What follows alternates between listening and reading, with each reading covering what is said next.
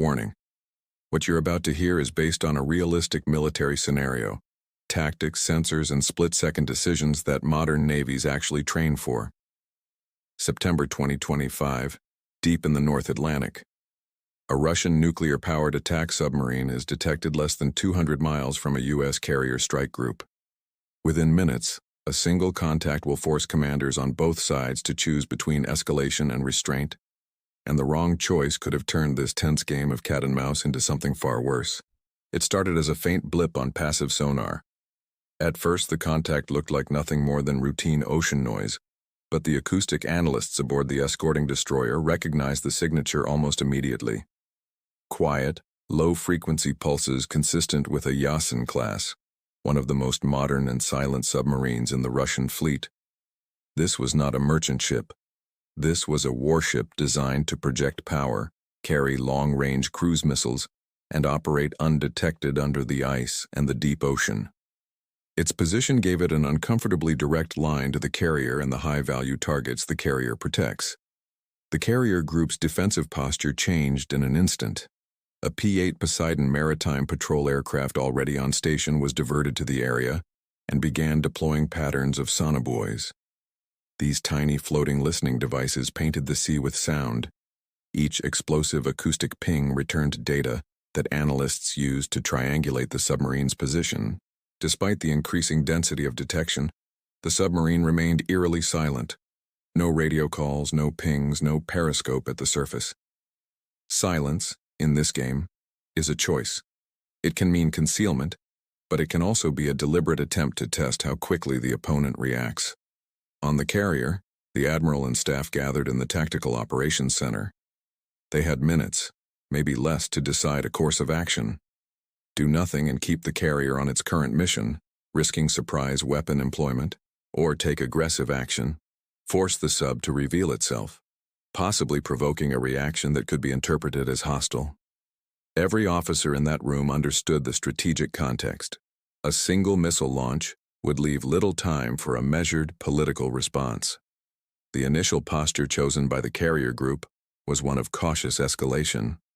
The destroyer closest to the contact moved to establish a tracking solution with its towed array sonar, the acoustic equivalent of turning on a flashlight in a dark room. The towed array, a long line of hydrophones dragged behind the ship, is excellent at detecting quiet submarines at range. As the destroyer maneuvered to optimize detection, the subsurface contact reacted. Subtle, deliberate course changes designed to complicate the tracking solution. Naval operators call this the undersea dance. Each maneuver forces the other to adjust, probing for weaknesses without revealing too much.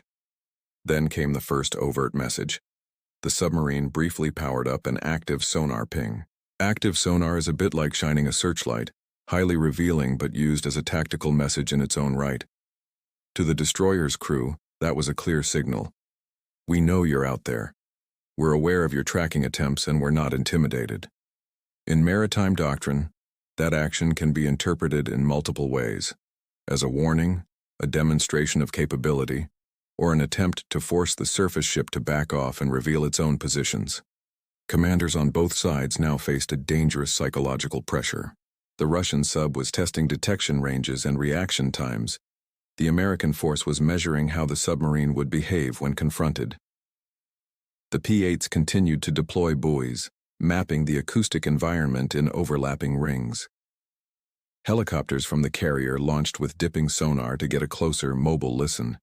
Each added layer of detection increased the chance of a clearer position fix, but also increased the risk that the submarine would interpret the tightening net as a prelude to an attack. As the night progressed, the submarine executed a deliberate maneuver. It rose toward periscope depth, a risky move that made it more vulnerable to detection, but also allowed the captain to gather visual and electronic intelligence. From the carrier's deck, sailors peering through night vision optics could see the faint wake and the silhouette of a small mast breaking the surface. That sight immediately raised the stakes. A submarine at periscope depth within a few nautical miles of a carrier group is dangerously close. If it were armed with cruise missiles ready for launch, reaction time for the carrier to counter would be measured in tens of seconds. The admiral ordered a hard posture. cut off the submarine's likely avenues of approach. The destroyer maneuvered aggressively to block the sub's route, while other escorts repositioned to create a layered defensive screen. Over secure tactical channels, a message was broadcast in several languages and formats. First, a formal radio transmission on internationally recognized military frequencies, then an encrypted channel used by surface assets to manage tactical escalation. The content was clear and deliberate. The submarine was operating dangerously close to U.S. forces and must alter course immediately. For nearly 20 seconds there was no reply. Then in heavily accented English, a voice came through. "American warship, this is Russian submarine. We are conducting lawful navigation in international waters. Do not interfere." The exchange was terse, professional, and loaded with implied intent. Both sides repeated their positions, the U.S. asserting that the carrier and its escorts were legitimate defensive assets with sovereign interest in self-protection, the Russian stating that its vessel was within its rights to be there. What followed was an intense and disciplined test of rules of engagement and restraint. The destroyer closed the gap to deny the submarine a corridor of approach. The submarine in turn executed a series of subtle but deliberate turns designed to probe the responsiveness of the surface screen. At certain points, the sub came within what the U.S. crew described as a hair's breadth of a tactical exclusion lane, close enough that if a weapon were launched, the carrier's defensive systems would be instantly in play. In the Tactical Operations Center, lieutenant commanders, sonar technicians, and the admiral watched telemetry and listened to analysts interpret noise into actionable intelligence. Decisions would have to balance tactical advantage against the strategic imperative to avoid unnecessary escalation. After several agonizing minutes of maneuvering and posture that felt like hours, the situation began to shift. The submarine's behavior changed from probing to withdrawal. Intelligence later suggested that the Russian tasking was a deliberate probe to assess detection methods and reaction timing, not an immediate preparation for strike. Still, the mission yielded significant data. The submarine had demonstrated advanced emission control, updated evasion profiles, and a willingness to operate brazenly close to high-value American assets in peacetime conditions. In the aftermath, naval and intelligence analysts pored over every ping, every radio transmission, and every course change. The encounter sparked revisions in anti-submarine tactics, sensor fusion algorithms, and training scenarios.